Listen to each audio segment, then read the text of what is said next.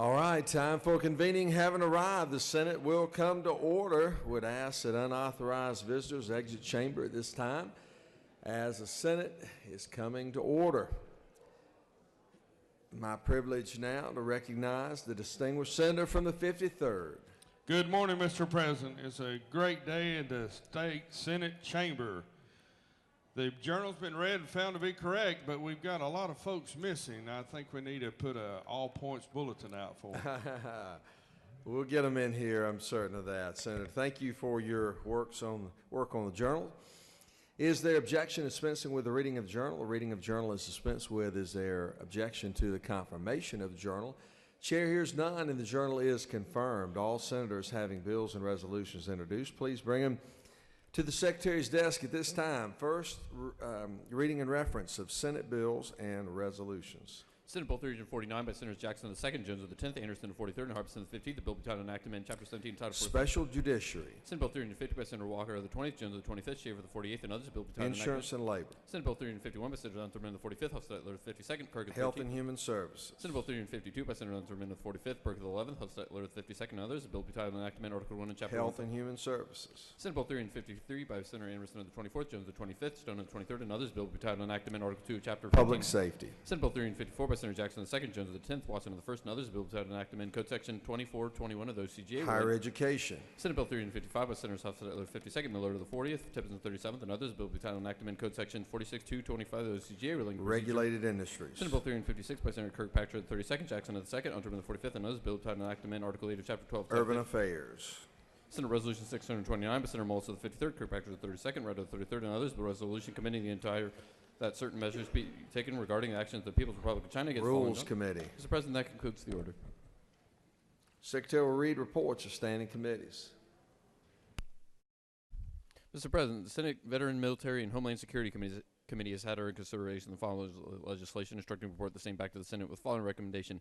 House Bill 287 do pass by Senator Watson of the 1st.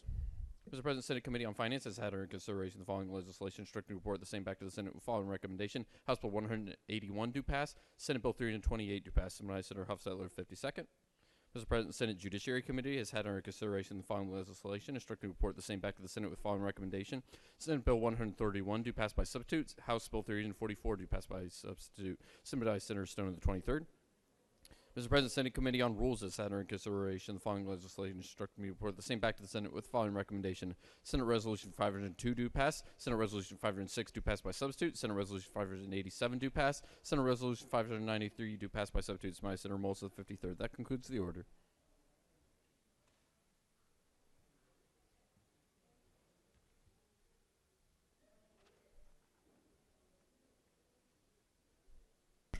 Secretary will read bills and resolutions for the second time.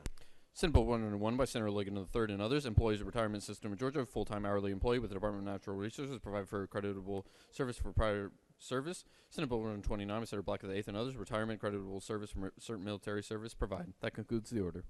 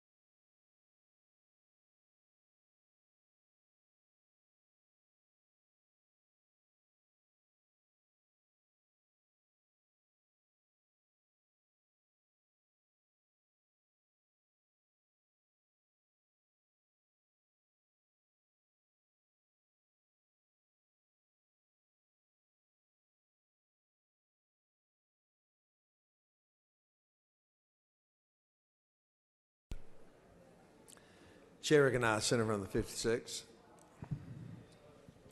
Thank you, Mr. President. I'd ask unanimous consent to suspend the roll call. Is there objection? Without objection, the morning roll call will be suspended.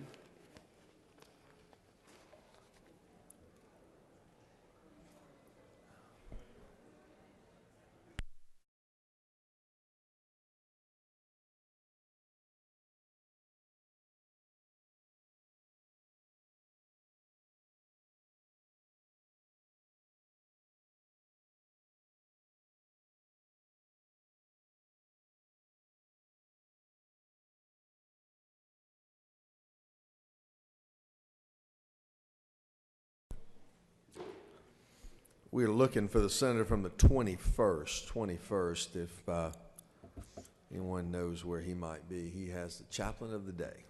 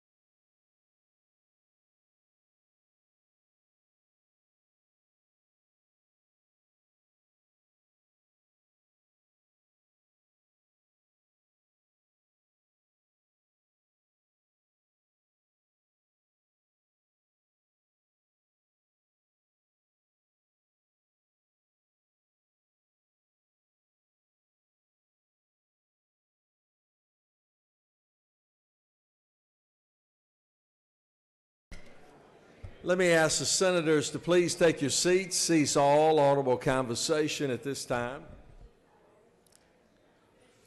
We are preparing the chamber for our morning devotion. As all of you know, today is National Guard Day, and we are very, very honored to have so many of our special guests that are present with us today from the Guard. We appreciate their service, their commitment, not only to our state, but certainly to our country as well. Would ask all senators, please take your seats, cease all audible conversation, and doorkeepers, if you would, please secure the chamber at this time. It is now my distinct honor to call upon the distinguished senator from the 21st for the purpose of leading us in our pledge, introducing our chaplain of the day. Senator. Thank you, Mr. President. Would you please join me in the pledge to our United States flag? I pledge allegiance to the flag of the United States of America and to the republic for which it stands, one nation, under God, indivisible, with liberty and justice for all. Georgia flag. I pledge allegiance to the Georgia flag and to the principles for which it stands, wisdom, justice, and moderation. Well, good morning, Senators. It is a great honor to have one of my constituents here today, Chaplain Lieutenant Colonel Blair Davis. Lieutenant Colonel Blair Davis was born in DeKalb County, grew up in McDonough. He's a Georgia through and through. and he earned his bachelor's degree at Georgia State University.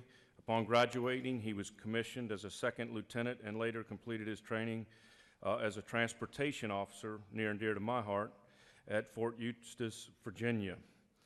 His military education includes graduate, command, and general staff college intermediate level education, brigadier, chaplain functional area qualifications, chaplain career course, and chaplain's basic service course. Chaplain Lieutenant Colonel Davis assignments include transportation terminal officer in the 1178th Platoon Leader and executive officer in the 108th Armor. His awards include service awards, Joint Accommodation Medal, and Army Achievement Medal. Lieutenant Colonel Davis and his wife Rebecca currently reside in Ball Ground with their 2 children, Renee and Abigail. Please welcome Lieutenant Colonel Blair Davis. Well, thank you. It's truly a delight to be here today. I'm going to get right to the cusp of the morning devotional. The title of the message today is Fight or Flight. And I asked the question, what would you like your story in life to look like? Everyone has a canvas on which to paint the story of their life. If you were to paint yours, what would your picture create? Psalms 45 begins, "My heart is overflowing with a good thing." The story of your life is determined by the overflow of your heart. Remember, transformation is always progressive, always changing and moving forward. The Apostle Paul knew all about transformation firsthand. From murderer of Christians to apostle of the church, the canvas of his life underwent radical change, and he candidly admitted that. Not that I have already attained or am already perfected, but I press on that I may lay hold of that for which Christ Jesus has also laid hold of me. Brethren, I do not count myself to have apprehended, but one thing I do, forgetting those things which are behind and reaching forward to those things which are ahead, I press towards the goal for the prize of the upward call of God in Christ Jesus. Paul was well aware that he had some changing still to do, but he understood that it wasn't about perfection, qualifications, or credentials. It was about Christ's righteousness. He was committed to pressing toward the goal of transformation into Christ's image. Paul refused to flee from the struggle and suffering involved with change. He was passionate for the cause of Christ, and his passion oftentimes involved pain. In fact, the Latin word for pain or passion means pain. In our fight for change, we must realize that a certain degree of pain is involved. Putting to death that old ways of thinking, feeling, and behaving is uncomfortable at best and often painful. Doesn't be possessive, but to be committed is pressing on. The fruit is the reward of the blessing of God begins to overtake your life as you are in the process of transformation from glory to glory day by day. And ultimately, with that change, we all receive peace. Life is filled with situations where we are faced with a fight or flight decision. And if you run, you'll have to face the same fight again. You want to change your life, you have to fight for it. But take heart, you are in good company as each of us in here today experiences those same challenges. Let us pray. Father God, I bring the needs of our government leaders before you and ask you to bless our state through godly leaders. Help each person here to know that you are Lord over our state and our nation, to remember that you exalt those that seek first the kingdom of God and your righteousness. Father, I pray according to 1 Timothy 2, verses 1 through 3, which says, I exhort, therefore, that first all supplications, prayers, intercessions, and giving of thanks be made for all men, for kings, and for all in authority, that we may lead quiet and peaceable life in all goodliness and holiness. We thank you, Lord, for this day. We pray for our leaders. Lead them and guide and direct them in their daily affairs. Be with our men and women in uniform and bless our nation. In your name we pray. Amen.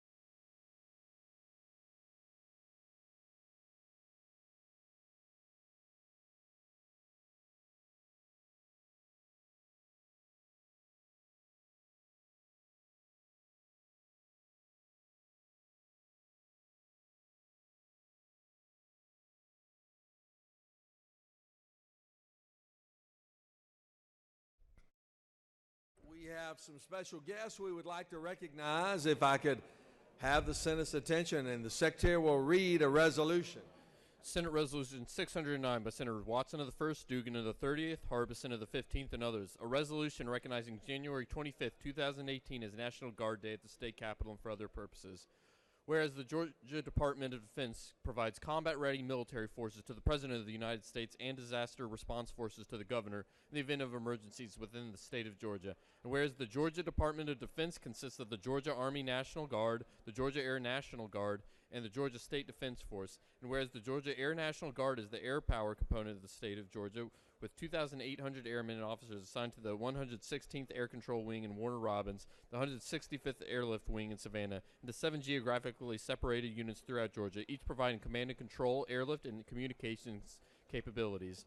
And whereas the Georgia State Defense Force is a volunteer unit of the Georgia Department of Defense consisting of 565 personnel and providing critical capabilities to the state's emergency response under the direction of the Governor and the Adjutant General of Georgia. And whereas since September 11, 2001, more than 18,000 members of the Georgia National Guard have deployed overseas, with more than 200 currently deployed. And whereas the actions of the members of the Georgia Department of Defense stand as a meaningful example of the selflessness of those called to serve, and it is abundantly fitting and proper that the outstanding accomplishments of these remarkable and dedicated Georgians be appropriately recognized.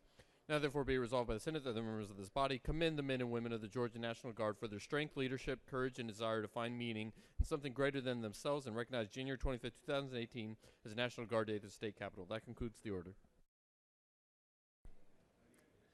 Is there objection to adoption of the resolution? The chair is none, and the resolution is adopted. It is with great honor that we have representatives from our National Guard that are present with us today, as I think each of you, as well as I, have the utmost respect for the men and women of the Georgia National Guard, and obviously their selfless service to the citizens of our great state. We know that we can turn to them not only in natural disasters, but also national emergencies as well. They have proven themselves time and time again. We all owe them a huge debt of gratitude, and certainly it is a great honor to recognize January the 25th, 2018 as National Guard Day at the Capitol, and welcome these wonderful men and women of service to our guest body. To speak to the resolution and recognize our special guest, it is now my honor to call upon the Veterans Chairman, the Senator from the 1st. Thank you, Mr. President. It is certainly my honor to be here representing the Veterans Military and Homeland Security Committee. This group behind me, though, is a organization here of the National Guard, which, you know, upon doing a little research, I felt is important to sort of bring this to a sort of a historical perspective and a big picture component. They are part of the reserve component of the U.S. Armed Forces, a reserve military force. But most soldiers and airmen hold civilian jobs. There are about 3,000 full-time employees, but of the Army National Guard, there are over 10,000 employees that are civilians, that are civilians in their primary job. And in the Air National Guard, there are over 2,500. So there's a total of over 13,000 National Guardsmen in our state that are civilians and have real jobs, sort of similar to what most of us do here in the Senate, but they have a more important job of protecting us. Whether that protection, they can be mobilized for federal active duty to supplement the regular armed forces for declared war or national emergency, or as we know them mostly, or mobilized by the governor of our state when there's a state of emergency. So without further ado, though, it's my privilege here to recognize our Major General Joseph F. Girard. We know General Girard here in our state. He's represented us well, but looking at his biography, it is amazing the U.S. decorations and badges that he has gotten. I'm going to read just a couple of the probably 15 or 20 awards that he has gotten. He's gotten the Legion of Merit, the Bronze Star Medal, the Meritorious Service Medal, Army Commendation Medal, Army Achievement Medal, and so on. So without further ado, Major General Joseph F. Girard. Thank you.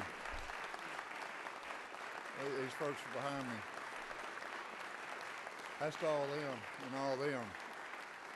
So thank you very much, Mr. President, Mr. Chairman. With me up here today, I have the Commander of the Air Guard, Major General Jesse Simmons, the Commander of the Army Guard, Brigadier General Randall Simmons, and then the Commander of the State Defense Force, Mr. Tom Danielson. So, and then we've got several of our uniformed individuals up in the balcony. So thank you very much. And I'd like to start, I think I've got a picture that they're going to throw up for me. And so if you can see the tail on this, it's hard to read, but the tail on that airplane reads Savannah. So that's one of your Air National Guard C-130s from Savannah. And the person at the podium in that picture is the Vice President. And that picture was taken in Tbilisi, Georgia, about 50 miles from the Russian border this summer when we were over there participating in Exercise Noble Partner. So I just show that picture to show the significance and the strategic value that we bring to the nation outside of our state, but we're also very proud of what we do inside our state. So if you give me just a few minutes, I'd like to highlight a few of the things we've done over the past year. I'll start by saying that your National Guard is in great shape and continues to maintain a high state of readiness. We have, because our military leadership requires it, as the world is not getting is getting more dangerous and as well as complicated. Your Air Guard is as busy as ever. The J-STARS unit in Warner Robins has been constantly deployed since 9/11, supporting the warfight. They continue to do critical work in multiple combat command areas of operation and won their 20th Outstanding Unit award this year. That's more than any other unit in the Air Force, not the Air Guard, the Air Reserve, but the Air Force. And 5 of your 10 Air Guard units won an Outstanding Unit award this year. The C-130 wing, the mighty 165th down in Savannah, currently has a portion of their unit deployed in Kuwait. Prior to that deployment, the 165th ran a hub down in what we call an air bridge down in Savannah at the airport, supporting the relief effort for Puerto Rico. So that was 24/7 and a huge amount of supplies and personnel going to Puerto Rico to help out after the hurricanes. On the Army side, your 648th Maneuver Enhancement Brigade traveled to Romania last summer and conducted a contested river crossing, that's with a OP-4, as part of a U.S. Army Europe exercise that included coalition forces from numerous countries. So while they were there, they went to the local village and met with the mayor, and the mayor of that little town said that he had been waiting 50 years for Americans to come back to Romania. So another example of the strategic importance of our formation. When the Army established a pilot program designed to get the active component and reserve component working more closely together, they picked the best to ensure that that program was successful and looked to the Georgia and our 48th Infantry Brigade Combat Team. The 48th is partnered with the 3rd Infantry Division at Fort Stewart, and that relationship is paying dividends not only for us but also for 3ID. We currently have approximately 200 Army Guard soldiers deployed, but that number will increase significantly this year as several more units will mobilize and culminate with the 48th taking almost 3,000 soldiers to Afghanistan in December. This will be the 3rd deployment for the 48th in Afghanistan. Our State Defense Force continues to be an unsung hero for the state as they volunteer to help in numerous ways, from search and rescue to helping during hurricanes to training with the Department of Health to establish mobile hospitals. They are value-added and great partners. Last March, we hosted Exercise Vigilant Guard, which is a NORTHCOM emergency response exercise. Like we routinely do here in Georgia, we do it better than anywhere else. Our exercise was the largest Vigilant Guard in history, with several thousand guardsmen and agencies from outside of Georgia coming here to participate. GEMA was obviously critical to the success of that exercise, along with Department of Public Safety, Public Health, and DNR, just to name a few. And we improved our response capabilities here at home, so that when we were called again for another hurricane last fall, we were ready. We assisted law enforcement agencies, removed debris, and provided logistical support to FEMA and other responding agencies. Your guardsmen truly enjoy helping their neighbors during emergencies, and we will always be ready. I would be remiss if I did not mention that our business model would not work without our employers. As he alluded to earlier, the chairman alluded to earlier, most of them have traditional jobs. And so I want to thank publicly everyone who hires and employs a guardsman. And your support through education benefits is also critical to our success. Specifically, House Bill 700 will help us out a little bit this year and help us recruit and retain the quality soldiers and airmen that we need in our Guard. We are very proud of our Youth Challenge Academy program, which is graduating about 1,100 students a year and giving some of our youth a second chance to become productive citizens. The Youth Challenge, we are also thankful for the foundation that supports the Youth Challenge Academy, and they are hosting a gala tonight at the depot that I think some of you will attend.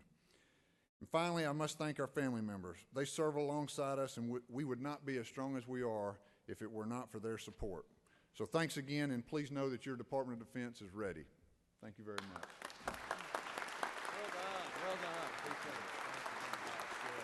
Let's do a picture now with the flag.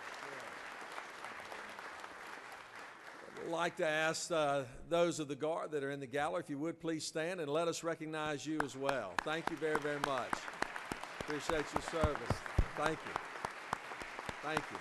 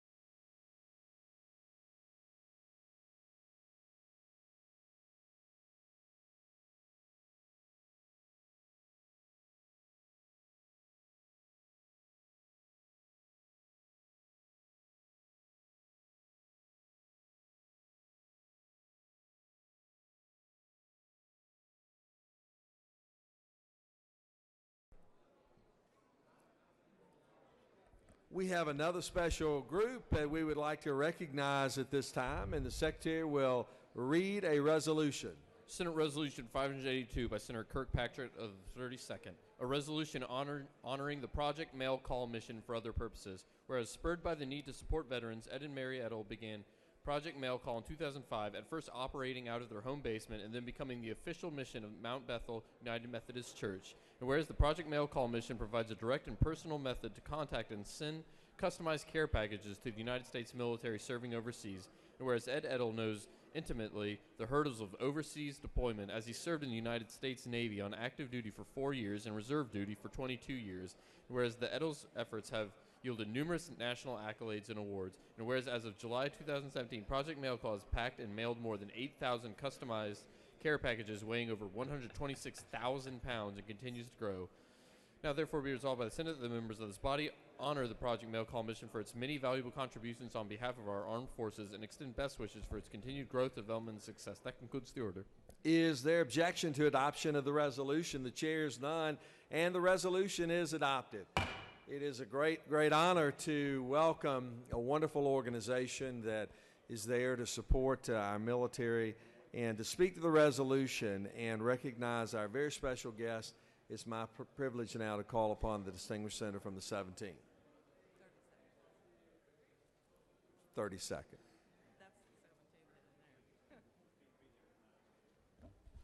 Thank you, Mr. President, esteemed colleagues, and guests in the gallery. I'm proud to introduce my friends, Ed and Mary Eddles, founders of Project Mail Call. Their mission provides a direct and personal method to send customized care packages to the U.S. military serving overseas. At regularly scheduled packing sessions, volunteers pack boxes for military units based on their unique needs and requests. Particular attention is given to those troops in remote locations, those who don't receive mail, and those doing humanitarian missions. A diverse set of organizations and groups have participated in packing sessions in Ed and Mary's basement, which looks a lot like a warehouse. I've packed there myself, and they have had a total of over 38,000 volunteers packing since 2005. The mission was started by Mount Bethel United Methodist Church in 2005, but has continued due to the sheer determination and heart for service demonstrated by Ed and Mary. As of last July, Project Mail Call has mailed over 8,000 packages to over 6,000 military units in 57 countries, representing over 165,000 military personnel. In November of 2007, the Eddles family was recognized on the floor of the U.S. Senate by Senators Chambliss and Isaacson. Today is our chance to recognize and thank Ed and Mary for their many years of service to our troops. I'm proud to have such patriotic Americans living in my district, and I hope that you will welcome my neighbors, Ed and Mary Eddles.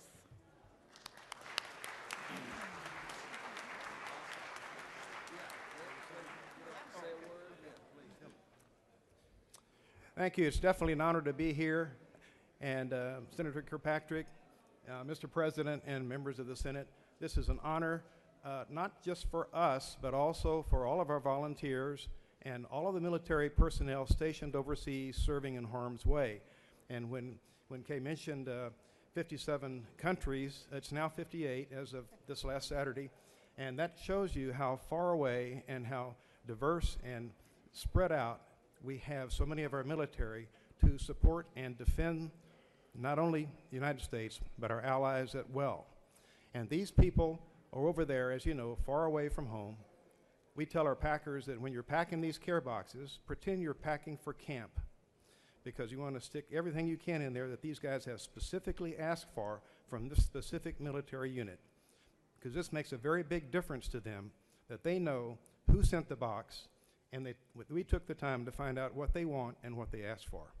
And I can testify that Senator Kirkpatrick is a very proficient and professional packer.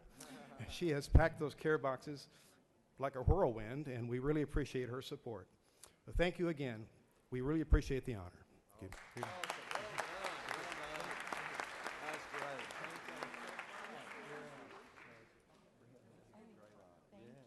Let's step down and do a picture. Thanks so much.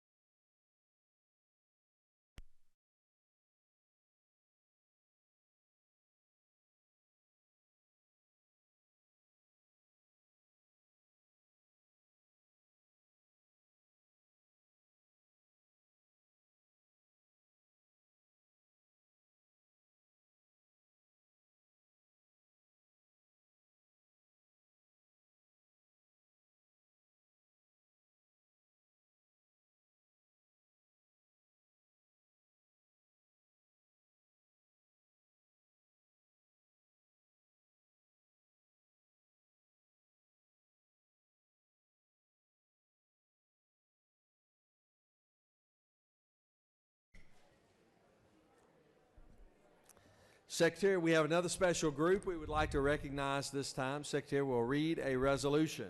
Senate Resolution 604 by Senators Thompson the 14th, Kirk of the 13th, Stone of the 23rd, and others.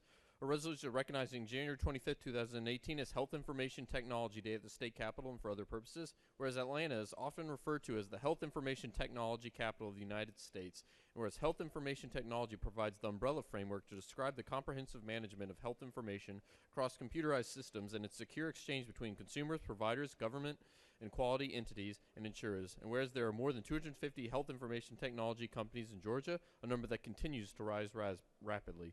And whereas the Technology Association of Georgia Health Society's mission is to be a catalyst for furthering Georgia as a leader in healthcare technology, and whereas the Georgia chapter of the Healthcare Information Management and Systems Society provides statewide leadership for the advancement and management of healthcare information and technology, whereas it is abundantly fitting and proper that the outstanding accomplishments of this extraordinary industry be appropriately recognized. Now therefore be it resolved by the Senate that the members of this body recognize January 25th, 2018 as Health Information Technology Day at the state capitol and commend TAG Health, the GHIMSS, and the health information technology industry on their efforts to grow the economy by supporting businesses and facilitating industry and education partnerships. That concludes the order.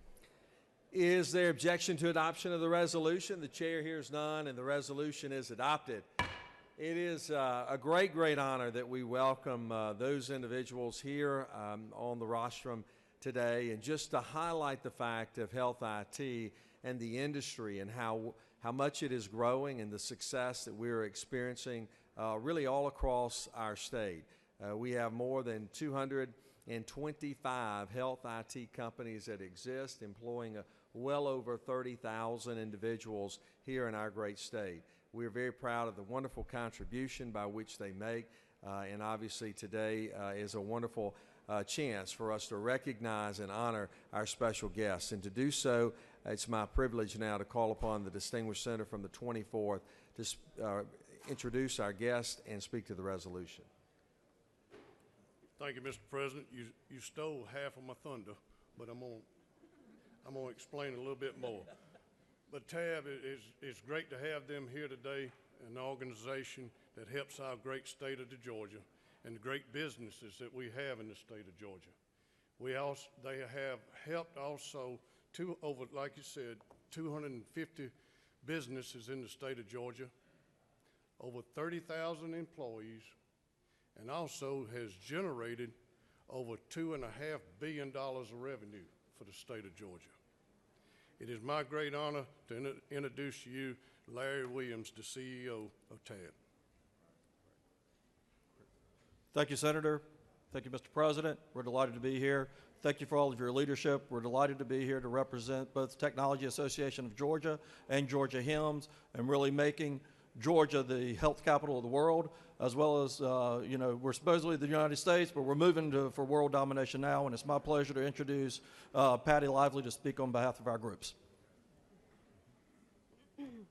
Thank you, Larry, and thank you, Senator Anderson, for the presentation of the resolution and the opportunity to say a few words.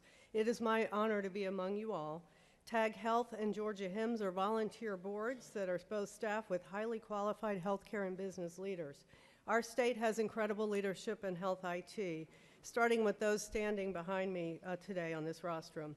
We are using this opportunity today to discuss healthcare cybersecurity at a luncheon that will be held in the Sloppy Floyd building later on.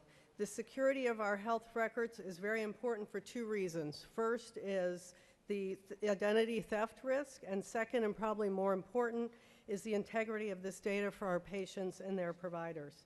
I have already read of 2 healthcare facilities and 1 cloud-based healthcare software vendor that have been infected with ransomware this month, and all of which experienced multiple days without access to their electronic health record. So far, there's been no indication that the patient's data had been removed from their organizations. However, this means for all of our patients in the hospital, the doctors and nurses can no longer see test results, medications, allergies, other notes from specialists. This means that a busy emergency room is, quote, flying blind because their patient location system is no longer available. Fortunately, our healthcare providers are trained to respond to a crisis. But this doesn't eliminate the fact that it is a crisis and it's a risk to patient safety. Some of our physician practices that were affected by ransomware were not able to run their business. They couldn't see patients, they didn't have schedules, they didn't have electronic medical records. So as you can see, this is a very important topic. Please join us for the luncheon today at 11:30 in the Empire Room of the Sloppy Floyd Building. We will have a panel of experts to include Norwood Davis, a board member for Gwinnett Health System, Jeff Brown, the Chief Information Officer for Piedmont Healthcare, Ed McKinney, the Chief Information Security Officer for Floyd Medical, and Chad Hunt, a Supervisory Special Agent for the FBI.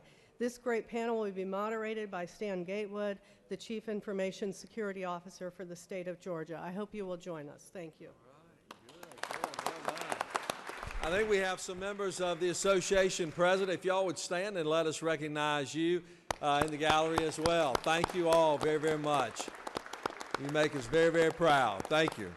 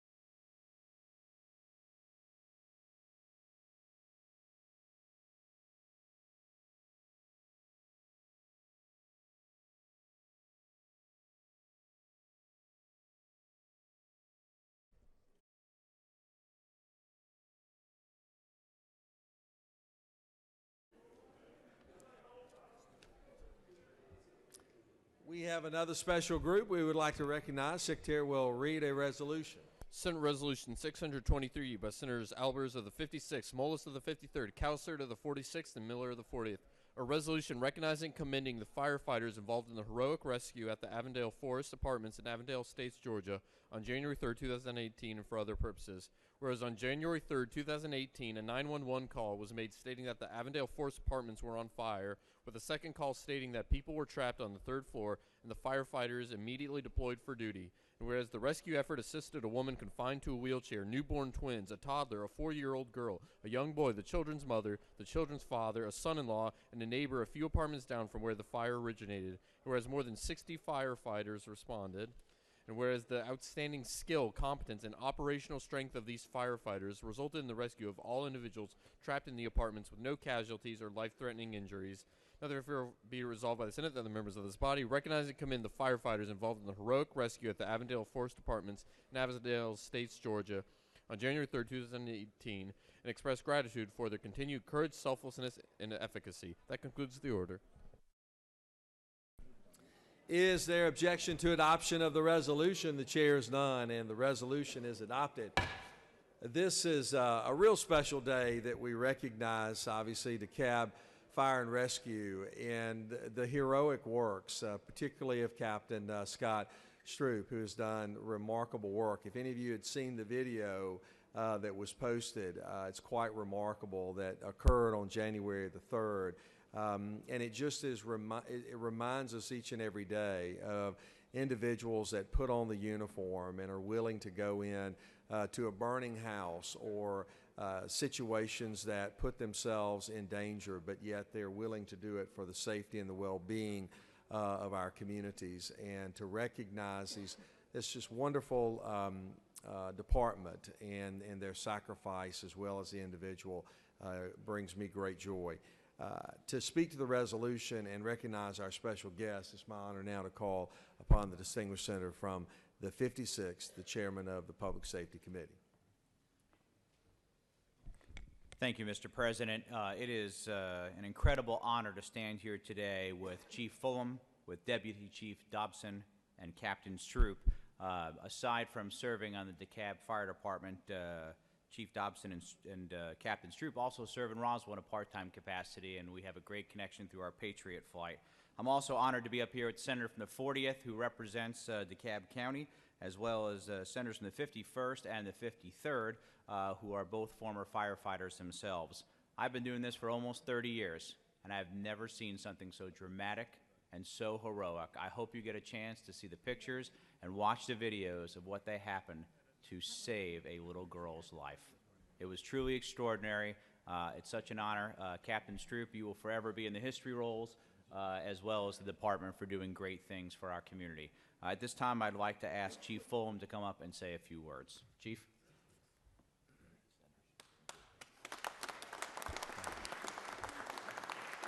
Well, thank you very much, and to Senator Alberts, we just thank you for taking this time, and to, if I can, Senators, I'm going to call you brothers, because as he mentioned, some of our firefighters are previous firefighters, and we're always a family. So to our brothers, we appreciate this honor. I'll be very quick in just saying this.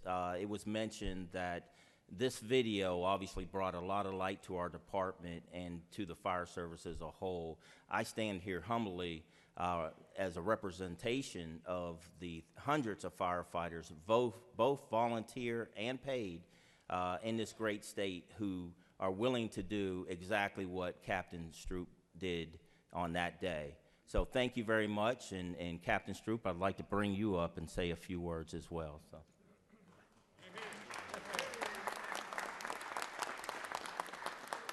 First of all, I'd like to say thank you, and it is a tremendous honor. I myself, I'm not really good with being recognized like this, because I'm here as just a symbol of the hundreds and thousands of firefighters across this nation that honestly climb on the truck, do what needs to be done, and we're there for y'all. So I would also like to say thank you for your continued support of public safety, and also thanks to all the armed forces and people I've seen here today. Thank you.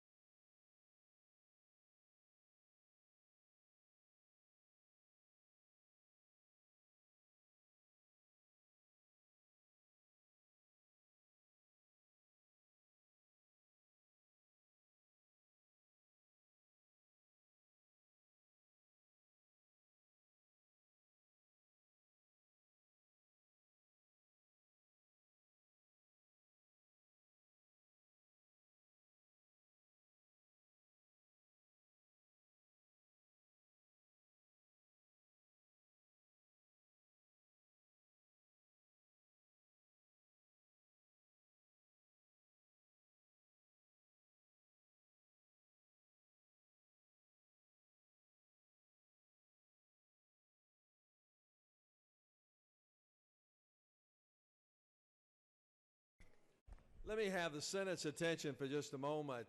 We are very blessed to have a visitor that is with us today, Bobby Christine, who is now a new United States attorney for the Southern District. He was confirmed by the Senate in November the 1st, and is an individual that I personally have known for an extended period of time. He's not only spent time serving our U.S. military, but he has also been very active with the Guard in a judge advocate role, as well as a combat engineer too. He is a person who brings enormous integrity and character to the position, and we are very, very honored that he would stop by today. And I would also ask the senator from the 24th to make some remarks as well. Thank you, Mr. President. It is an honor to bring you a dear friend of mine today, the Honorable Bobby Christine. I'd like to say just a little bit about him. This gentleman has served our country very, very well. He's also another area that I would want to say that he's first class in, and we do not talk enough about this, is that he is a first class husband and a first class father. He is definitely a family man. He loves his family. He loves his country. He loves the great state of Georgia. It is my honor to introduce you to the newest U.S. Attorney General for the Southern District of the great state of Georgia, Bobby Christine, the Honorable Bobby Christine.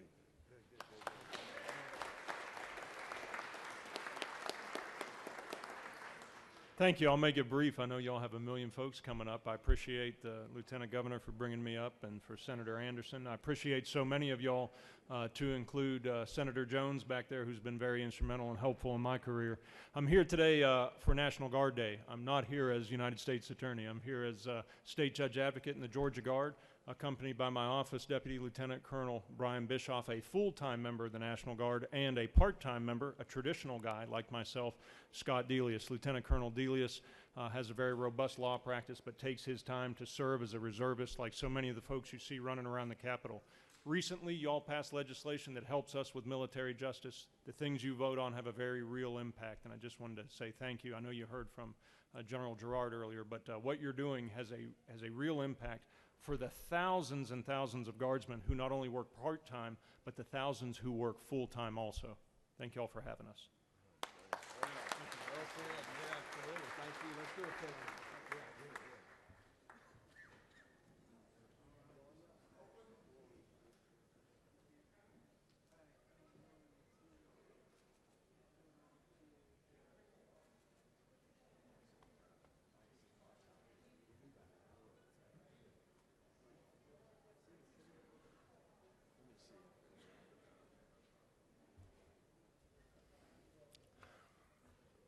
Are there any unanimous consents? Any senator wishing to rise on a point of personal privilege? Chair recognizes Senator on the 27th on a point of personal privilege.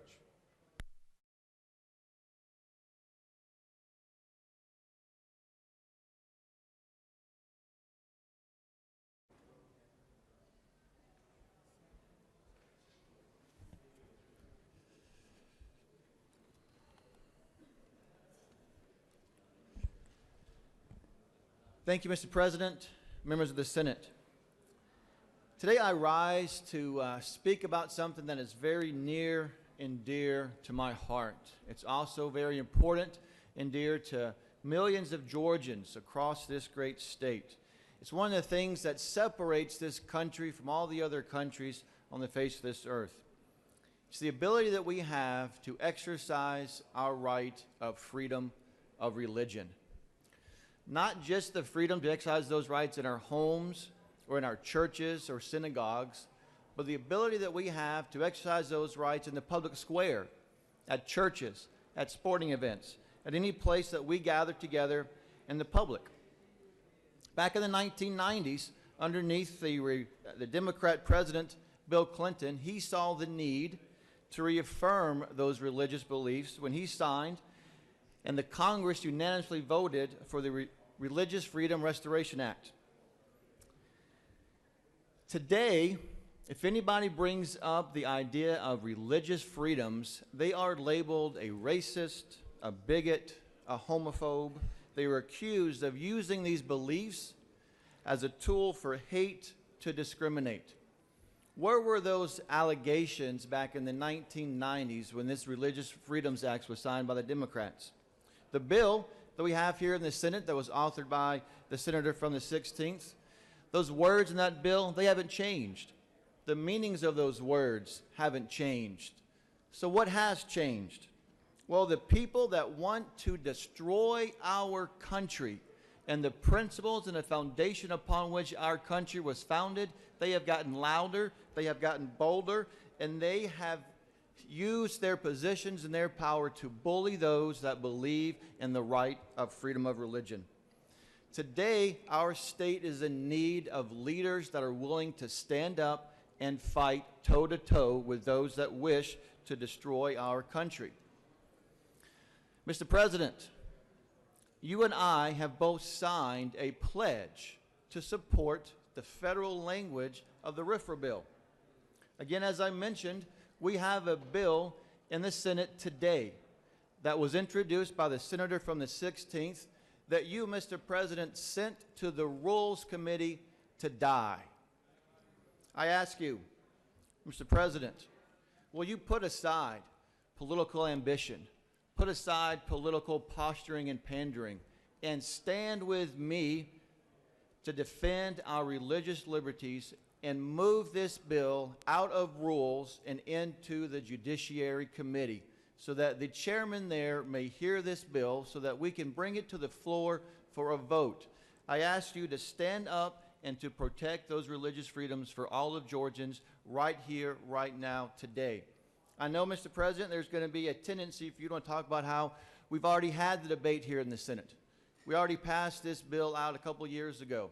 So why do we need to do it again? Well, I don't think our religious liberties died 2 years ago. I think that continue the fight today, tomorrow, and until the day that I die, I know I will be fighting for those rights. I also have a bill that I'm going to be introducing today or next Monday to help the coach in Coweta County. This coach did nothing more than participate, than bow his head in prayer with his students. An organization not here in Georgia, but from Wisconsin. The Freedom from Religion organization came down here and again bullied and intimidated this coach.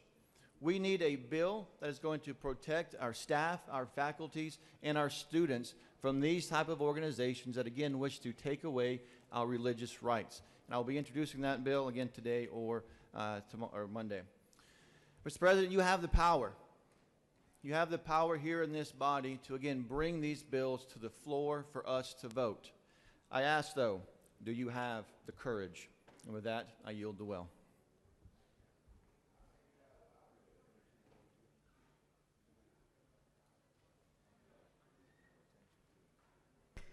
Chair recognizes Senator from the 38th on a point of personal privilege.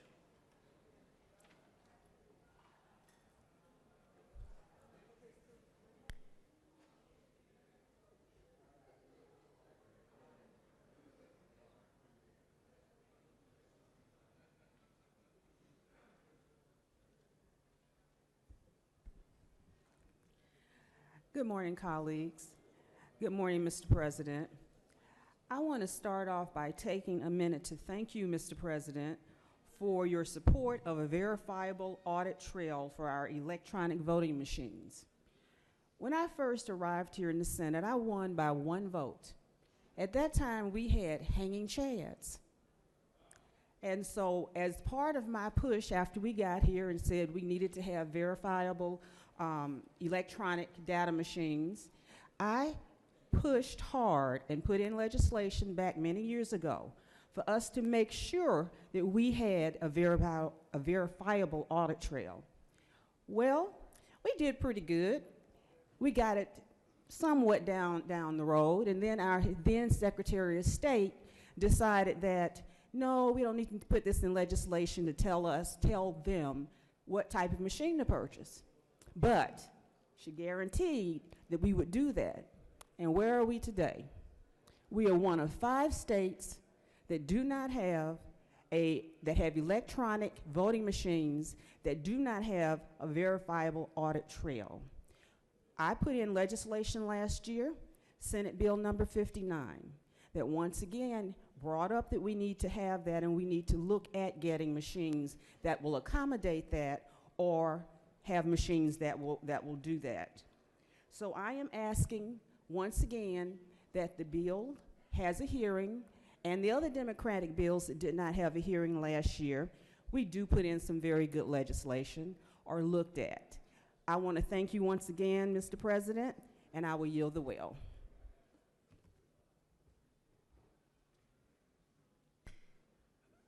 Chair recognizes Senator from the 37th.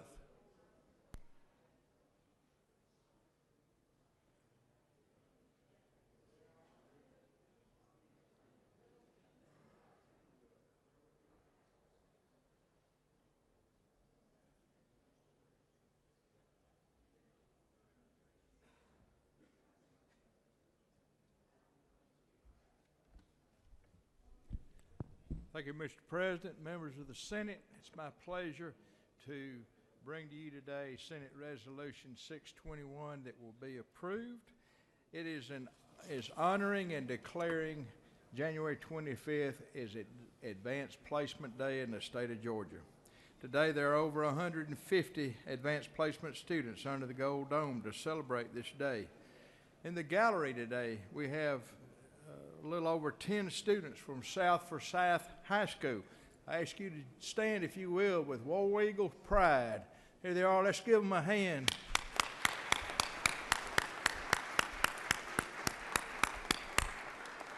They're here today for this special day of recognition and celebration. These students helped Forsyth County earn the 2017 Advanced Placement District Honor Roll distinction by simultaneously increasing access for AP courses for a broader number of students while also maintaining or improving the rate at which their AP students earned scores of 3 or higher on exams. Forsyth County is one of 4 districts in the state to have earned this honor, and it is their 4th consecutive year to have done so. Please give a warm Senate welcome to these students in celebration of their hard work, desire to earn college credit early, and today's celebration of AP Day. Thank you very much.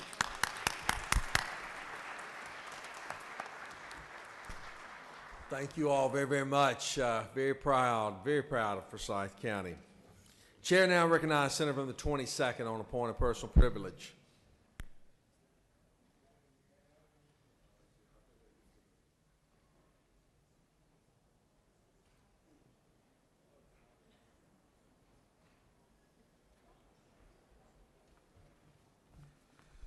Thank you, Mr. President. I rise to talk about an item in this state and in this nation that we will have to discuss at some point in time, and it focuses on some extent to the drug epidemic that has been taking place. There were some articles that caught my attention from various publications. One was the Washington Post, which talked about Walmart offers free opiate disposal products in effort to fight painkiller abuse. The New Yorker put together a very good study, actually, that talked about the economic cost of the opiate crisis. They pointed out that 97.5 million persons in the United States used or abused prescription drugs. Drug overdose deaths have tripled since 2000. And Goldman Sachs actually did a study to look at the multiplier effect of persons who were on drugs, who couldn't buy groceries, who couldn't buy gas, who couldn't get a job, and how that multiplied to affect the economy. 5 candidates in Ohio for higher office all basically structured their arguments that to fight this crisis, we need to increase Medicaid or sue the drug companies or make more money to anti-drug treatment facilities. All of them told human interest stories which humanized the victims of this epidemic. And the victims were humanized and empathized with.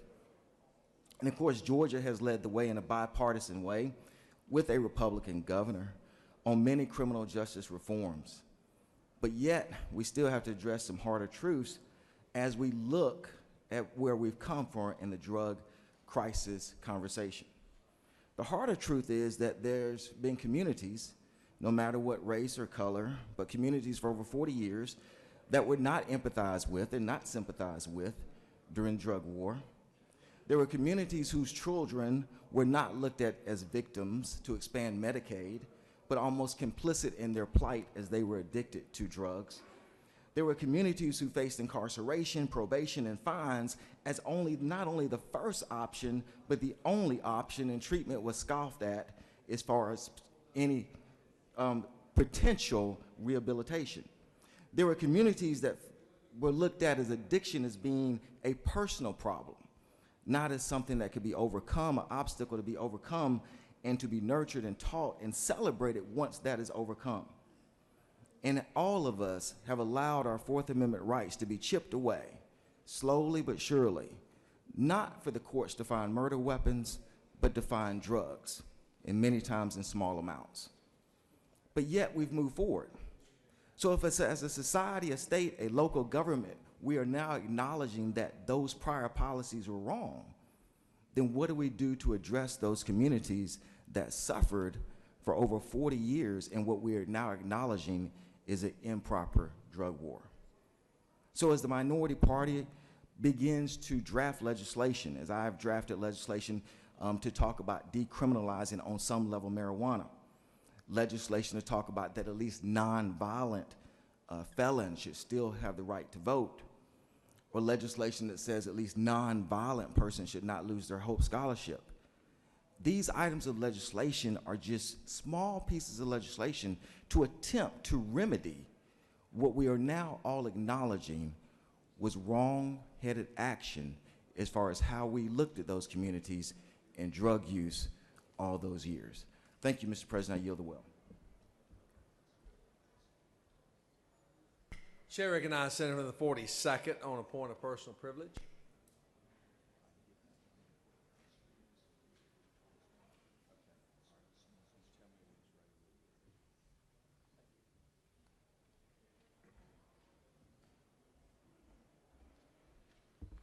Thank you, Mr. President. Colleagues, I want to rise to discuss the ill-advised attempt to make English the official language of all government documents here in Georgia. Of course, these pieces of legislation have quickly been dubbed the adios Amazon bills.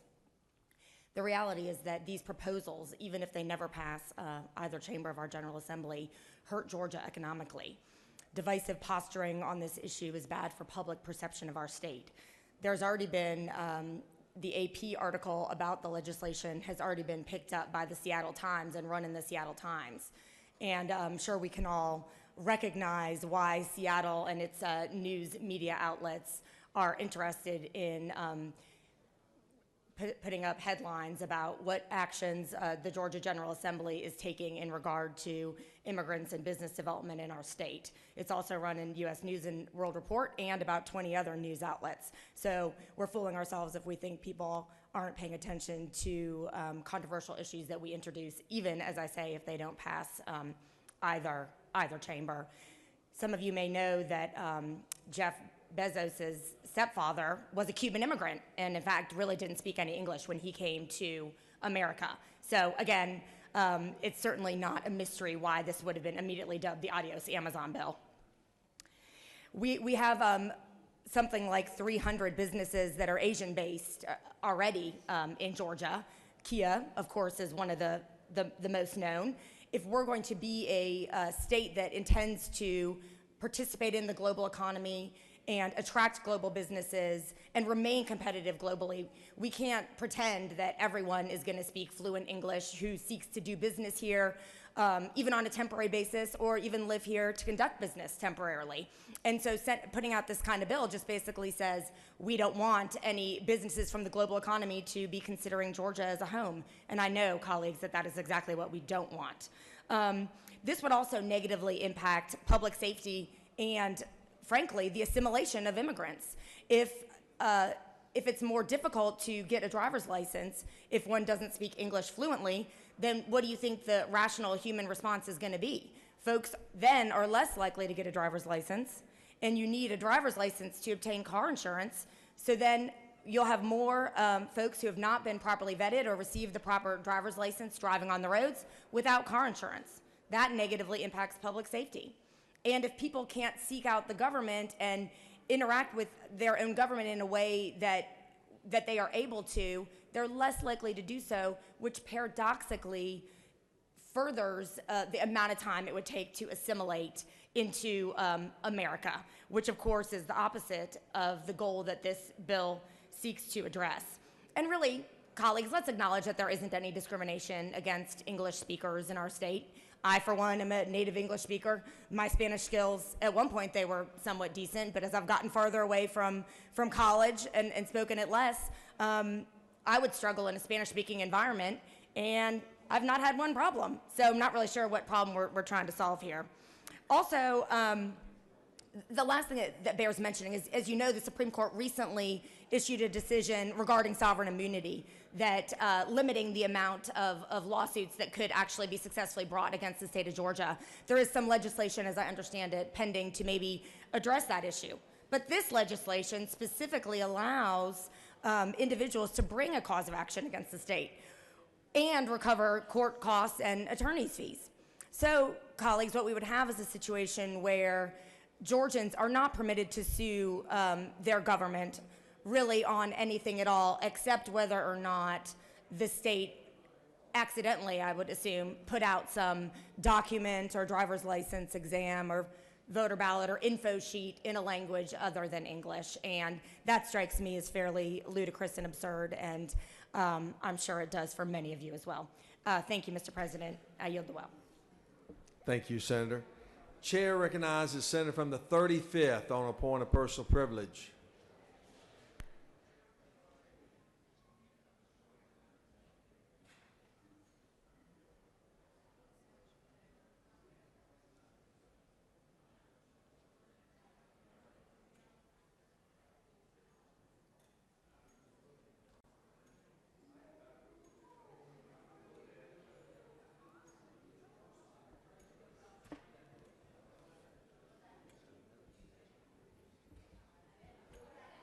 Thank you, Mr. President.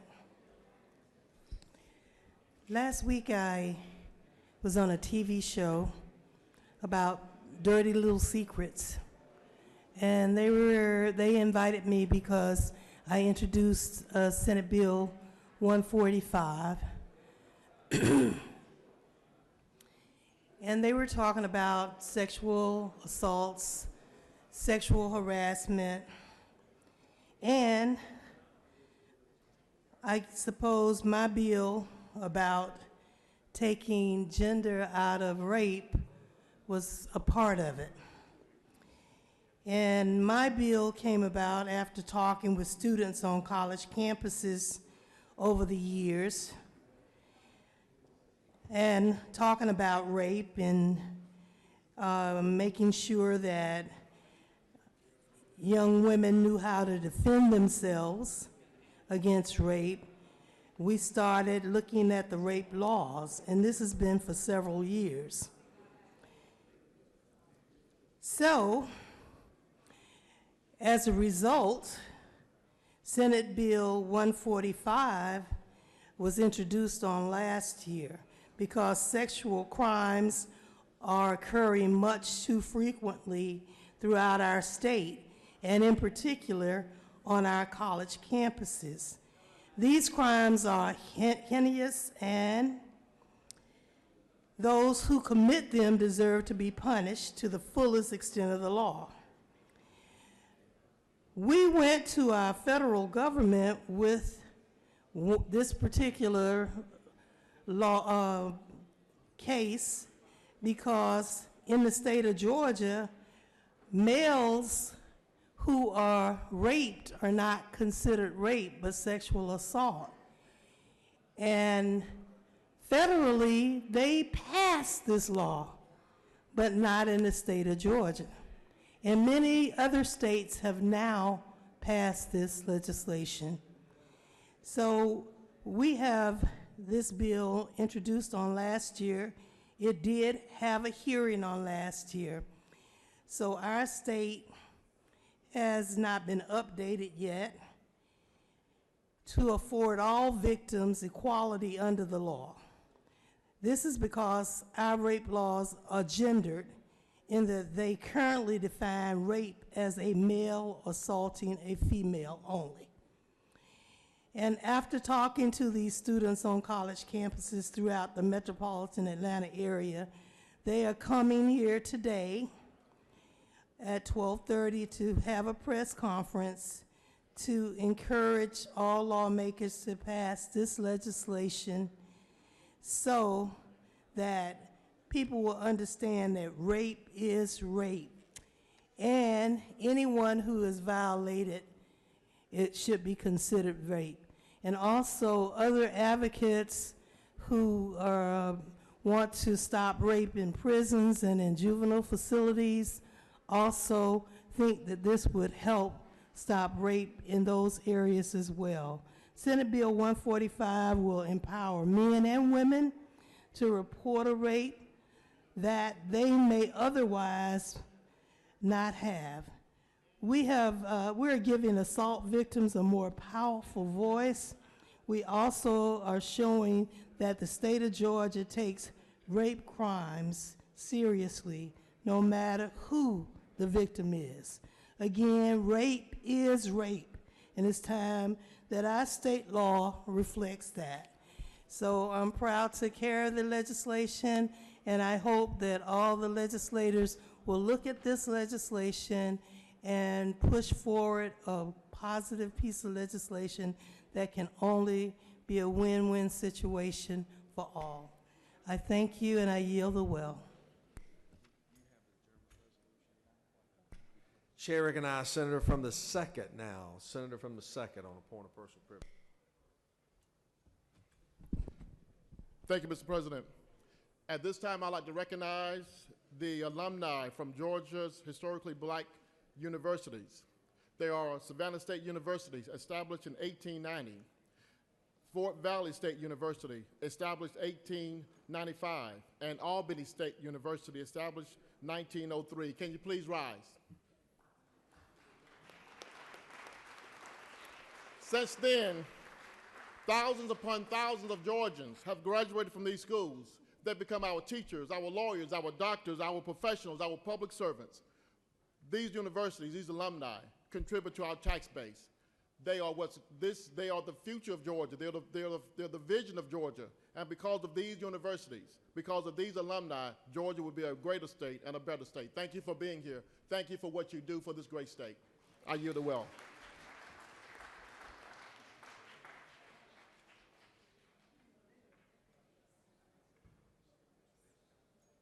Chair recognizes Senator from the 20th. Point of personal privilege.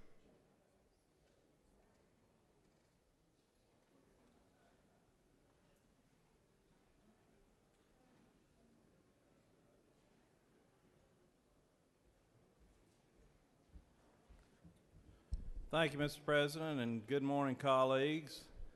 TGIT, thank goodness it's Thursday, and we get to go back to our homes, so that's good, right?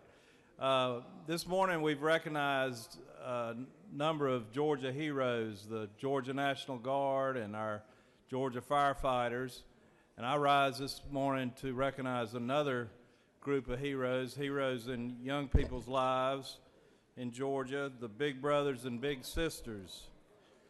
You know, I was fortunate to be raised in a loving home with a loving mother and father and loving grandparents, and I had a lot of encouragement and mentoring in my life, but all of our youth aren't as fortunate as I was, and that's where big brothers and big sisters can step in.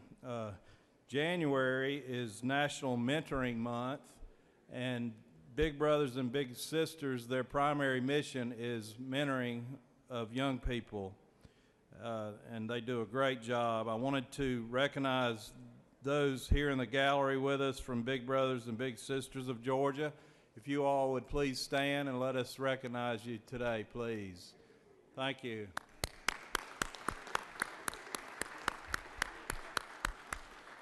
A little bit about Big Brothers and Big Sisters of Georgia. They received a $1.5 million grant called the M4 Georgia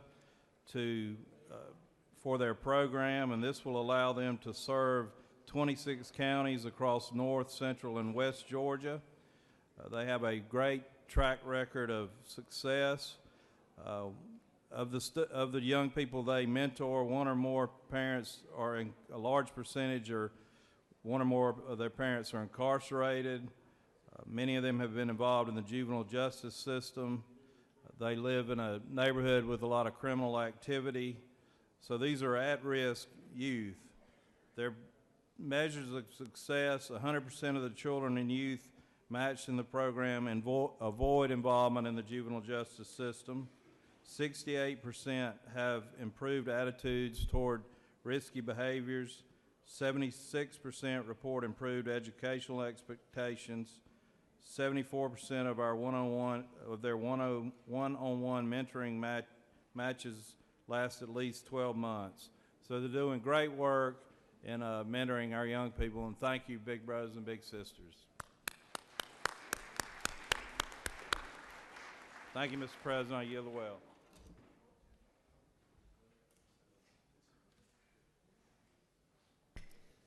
Chair recognizes the distinguished chair of the Health and Human Services Committee, Senator from the 45th.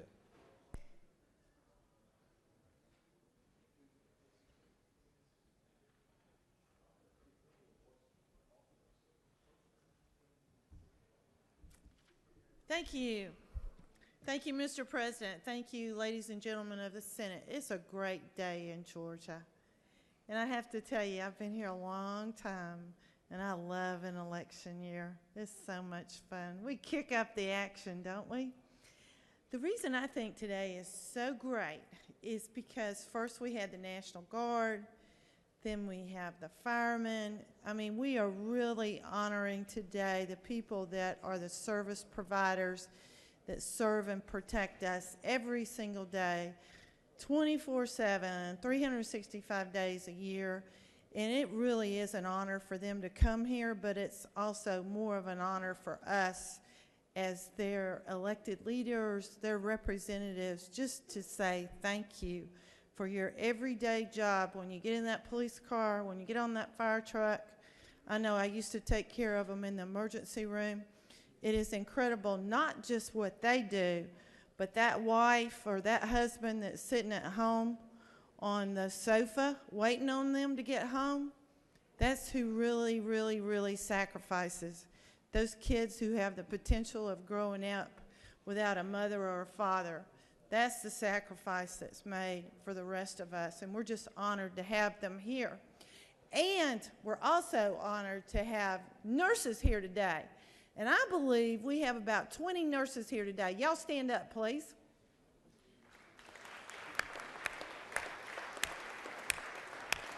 I know some of them are over on the House side, but if you look at surveys of who is the most trusted professional in the United States, in the nation, guess who comes to the top? Our nurses, and we're so grateful for y'all. There's about 120,000 nurses serving 10 million Georgians, and we are so pleased to have y'all. We trust you, we love you, we want you to work in the state of Georgia. We want you down here at the state capitol. We're at your service. Meet your representatives, meet your senators, tell them what's on your mind, and thank you very much for your service to the state of Georgia. Thank you very much, and I yield the well. Thank you very much. Great to have you with us today. Thank you all very, very much and all that you do for our citizens of the state. We have a adjournment resolution that is before you. I'd like to recognize the senator from the, first of all, I'm going to let the secretary read the resolution, and then I'll recognize Senator from the 46. Senate Resolution 631 by Senators Cowser of the 46th and others, the resolution relative to meetings and adjournments of the General Assembly and for other purposes. That concludes the order. This is the complete calendar for our General Assembly. Appreciate the good work of the Senator from the 46, and he is recognized this time to go over the resolution.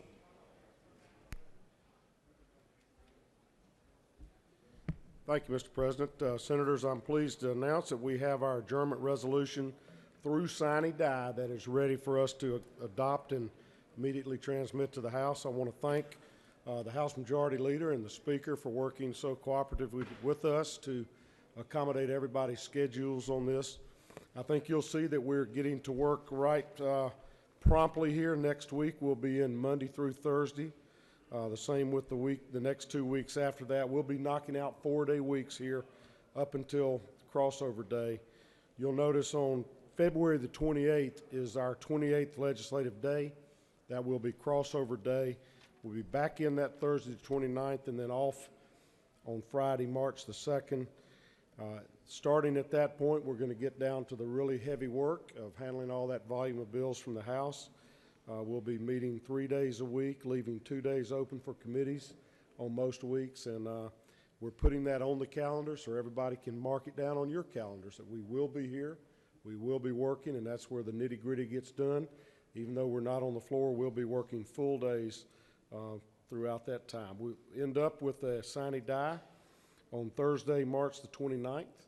And one thing we've put in this resolution is to restore our old traditions of adjourning no later than midnight on sine die, and we will adjourn simultaneously with the House, as our tradition has been in the past, as we open the doors and gavel out at the same time. We love the collaboration with the House, our cooperation, and this good spirit that we have working together this year. I think we can do great things for the state of Georgia.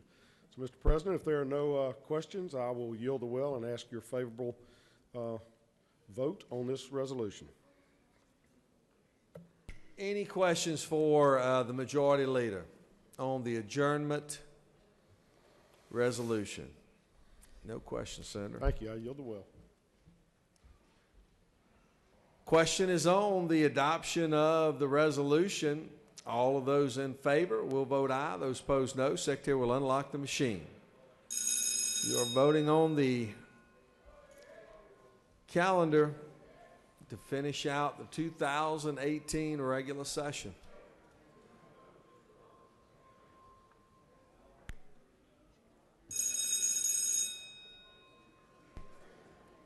I would like to thank the senator from the 46th and all of his hard work with the House on addressing this calendar.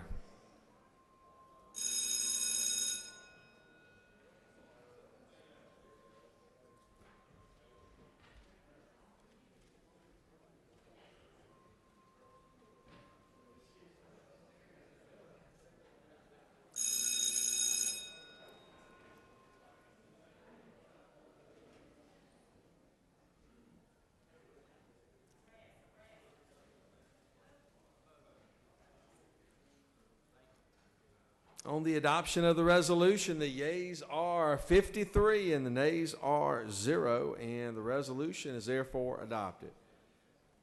There were a couple of points of personal privilege that I overlooked. Chair recognizes the senator from the 46th first. Thank you, Mr. President. I hate to slow those down, but I would move the Senate Resolution 631 to be immediately transmitted to the House of Representatives so they can act on that today. Senators moving for immediate transmittal. Is there objection? Without objection, the resolution will be immediately transmitted as quickly as possible to the House of Representatives so they could take action and have certainty for all the members. Chair recognizes now Senator from the 36th for a point of personal privilege.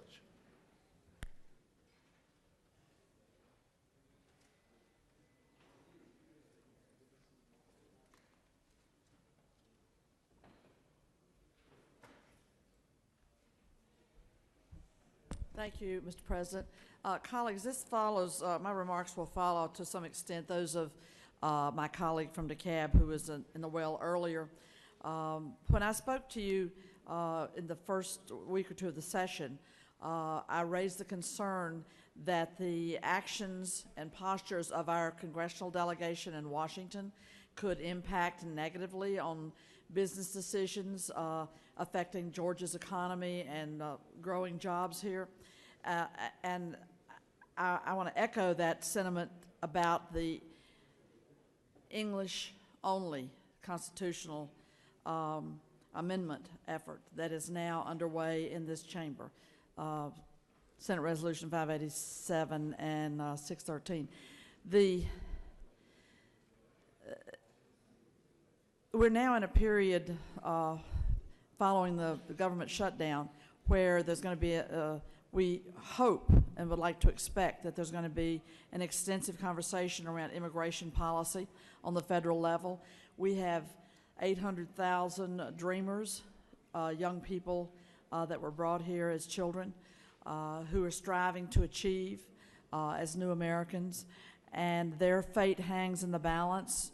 We have today down here at the Capitol numbers of organizations who advocate on behalf of immigrant rights and on behalf of comprehensive reform of our immigration system. The DACA is the immediate issue that we face at the federal level. And just again, I want to echo the concern that to the extent that we demonstrate Georgia to be an open state, a welcoming state, an inclusive and diverse state that relies on all the demographics of our population, regardless of their language or their country of origin, or their race or ethnicity or religion, relies on all Georgians to be a part of making us a productive and successful state that works for all of us. I would caution us to move carefully around these questions that divide and disunite, and send a message to business that Georgia is not an open and inclusive state. And in regards to that, we're sending a letter to express those concerns to our elected officials that Georgia sends to Washington, in particular the junior senator who seems to be playing such an active role, and urging that they come together in Washington just as we should come together here to find solutions that are forward-looking and inclusive and bring everybody to the table to build a state and a nation that continues to move forward. Thank you, and I yield the well.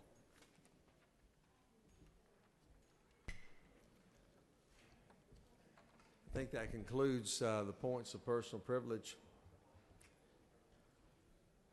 You have a consent calendar of privilege resolutions that are before you. Is there objection to adoption of the privilege resolutions? Chair hears none, and the privilege resolutions are therefore adopted. Are there any motions to withdraw or commit? What do you have there? Moving on to the general calendar. Secretary will read Senate Bill 327. Senate Bill 327 by Senator Albers of the 56th and Harper of the 7th. A bill to be titled an act to amend Article 2 of Chapter 16 of Title 45 of the OCGA relating to death investigations so as to clarify when a medical examiner's inquiry is required to be conducted and for other purposes.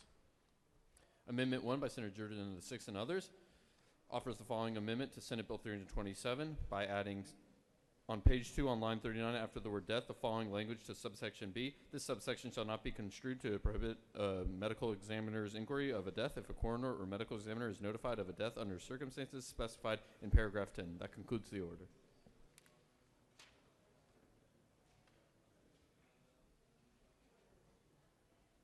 Chair recognizes Senator from the 56th, Distinguished Public Safety Committee Chairman, to present the bill.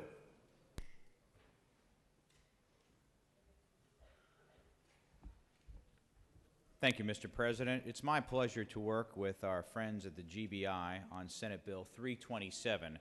This is an update to the Death Investigation Act in the official code, whereas today, if someone is not under the care of a physician and they were to pass away, it would automatically go to the coroner and then medical examiner's office. This simply reorders the way this is done in the bill. It's a very minor change. So that if they're not under the care of a direct primary care physician, that it does not necessarily have to go through that process. And I will give you an example so this makes some sense and clarity. If a 95-year-old woman were to be found deceased and there was no suspicious activity or foul play, but she may have not been to the doctor in a few years, right now there would be no mechanism for signing that death certificate. The coroner should be able to sign this case as a natural death without having to go through the entire process of an investigation and autopsy. So this is a simple cleanup. I think it's good for our citizens and their families, and certainly good to support our GBI. There is a amendment that appears to be friendly. However, it has been authored by a freshman senator, so I think it should have some thorough vetting by this body. Mr. President, if there are no questions, I would yield the well. Senator 41st is recognized for a question. Senator, yield. I will yield. Senator, you mentioned the word autopsy, and you said you wouldn't have to go through the process of examination and autopsy. Now, the bill language says medical inquiry. Now, would it not be the case, is it the case that when it says a medical examiner's inquiry, that doesn't always include an autopsy? Can a medical examiner do an inquiry that is limited to questions and stuff how extensive and what's the definition of a medical examiner's inquiry and the word autopsy? How does that apply in this situation? You are correct, Senator. It would not always include an autopsy, but that is one of the things that the medical examiner then may deduct or conclude needs to be done further. But you are correct in your statement and assessment. So, if Senator, further yield. I will So, yield. a medical examiner, you're saying that he doesn't even have to ask questions. He has to make no inquiry, no investigative, request to the police. What happened. He doesn't have to ask what happened to anybody. This would keep the bureaucracy to a minimum of getting that person engaged in causes of a natural death, again, if there wasn't a primary physician. So it's really just clearing the process. But in answer to your direct question, as it relates to whether the medical examiner can or should ask questions, they are always able to do that. Well, Senator, for further, you'll just simply, you referred again to a natural death with no inquiry. That's an assumption. That would be correct. That's an assumption. Chair recognizes Senator from the 1st for a question. Will Senator yield? Yes, Senator. Is it not true that the coroner actually would make that decision whether or not he needs to contact the medical examiner, and this makes it so that the coroner does not have to contact the medical examiner and therefore may or may not have to do an autopsy. This would streamline the process. There is still the coroner there who makes that determination of whether or not this is a natural death or whether there is some suspicious activity and needs further investigation. Is that not true, Senator? Senator, that was well said. Thank you for providing clarification. No further questions, Senator. Thank you. Senator from the 6th, you wish to speak to your amendment? You are recognized this time. Senator from the 6th.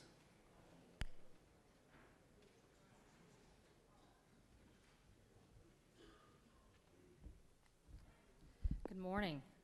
I rise to offer a friendly amendment to Senate Bill 327. It is intended to clarify that while a coroner or county medical examiner is not required to do an inquiry into a death when notified of a death where an individual dies unattended by a physician, the coroner or county medical examiner still has the discretion to do that. I have spoken with the GBI and the state medical examiner, and they're on board with this, and it's just a simple point of clarification. If no one has any questions, I yield the well.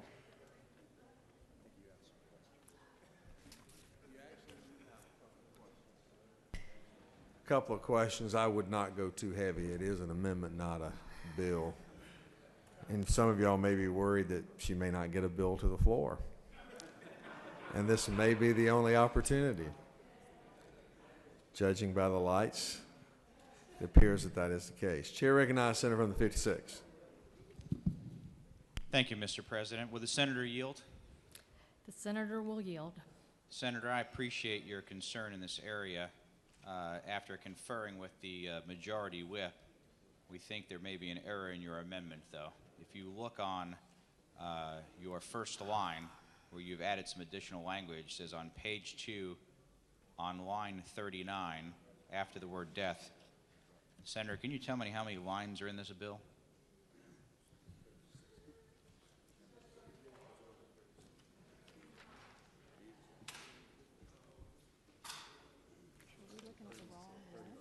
Take your time, Senator.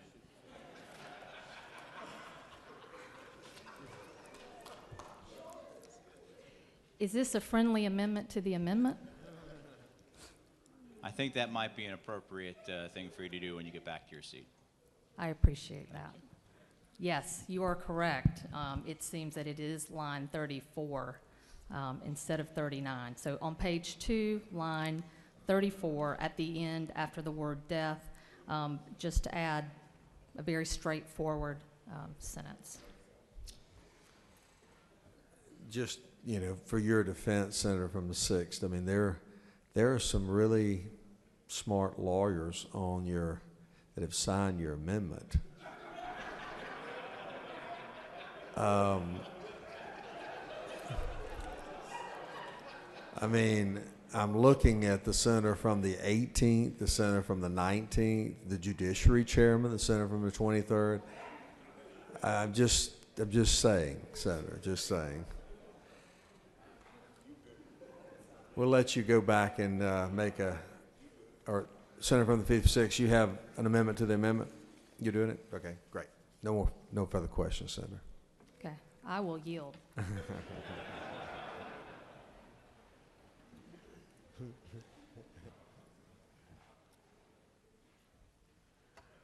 You're a lot more friendly than the one that was there before you, I can assure you.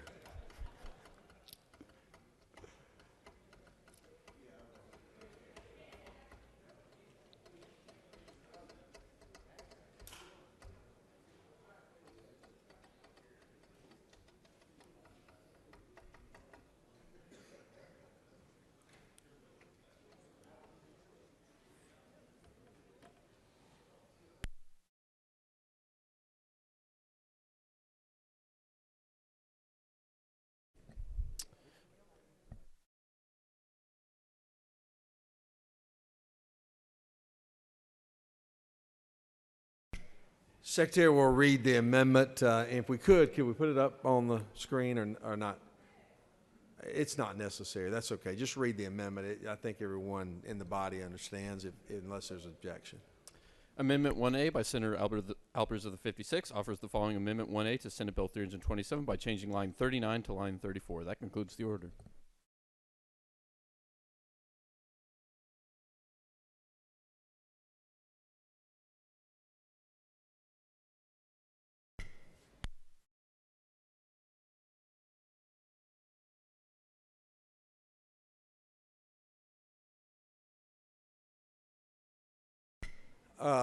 I think everyone knows what 1A is doing, correct? Is there objection to adoption of 1A? Without objection, the 1A will be adopted.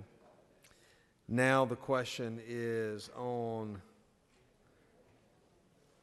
the adoption of, well, actually it was an adoption of 1A as amended.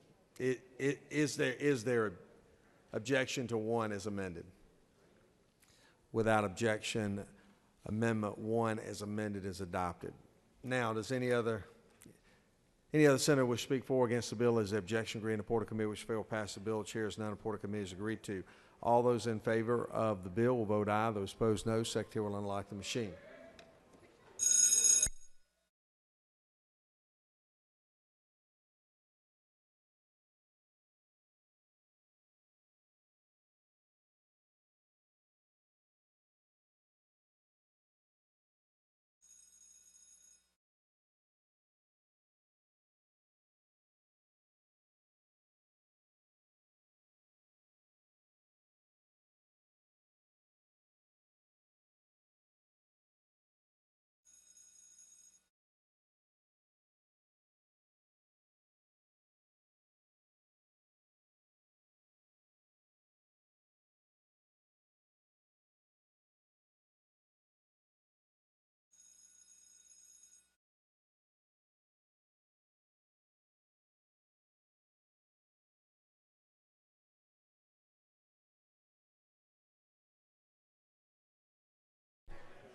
On the passage of the bill, the yeas are 55, the nays are 0, and this bill, I'm sure, records constitutional majority, is therefore adopted.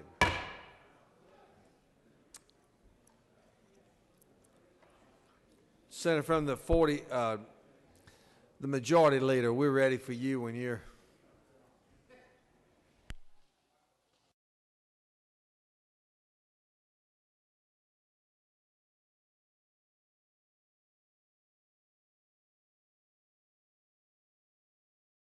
Chair recognizes the majority leader.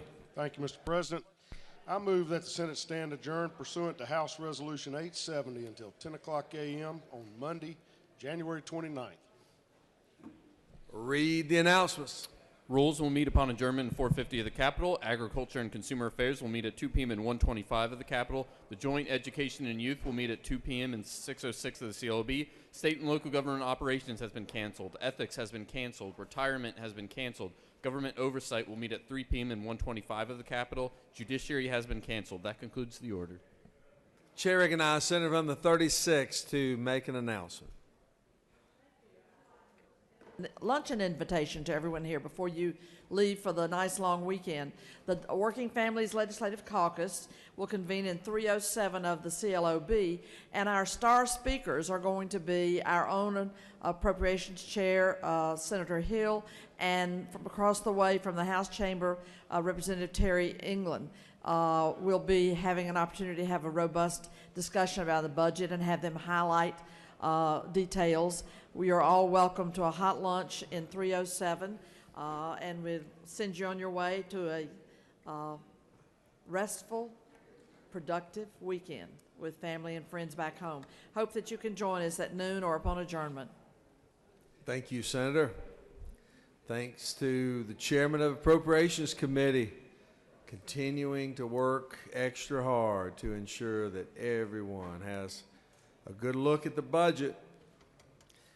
Chair recognizes Senator from the 42nd. What purpose you rise? Inquiry, parliamentary inquiry. State inquiry. I believe I heard the announcement that government oversight would be meeting, but it says canceled up there on the board, so I just wanted to ask for clarification, Mr. President.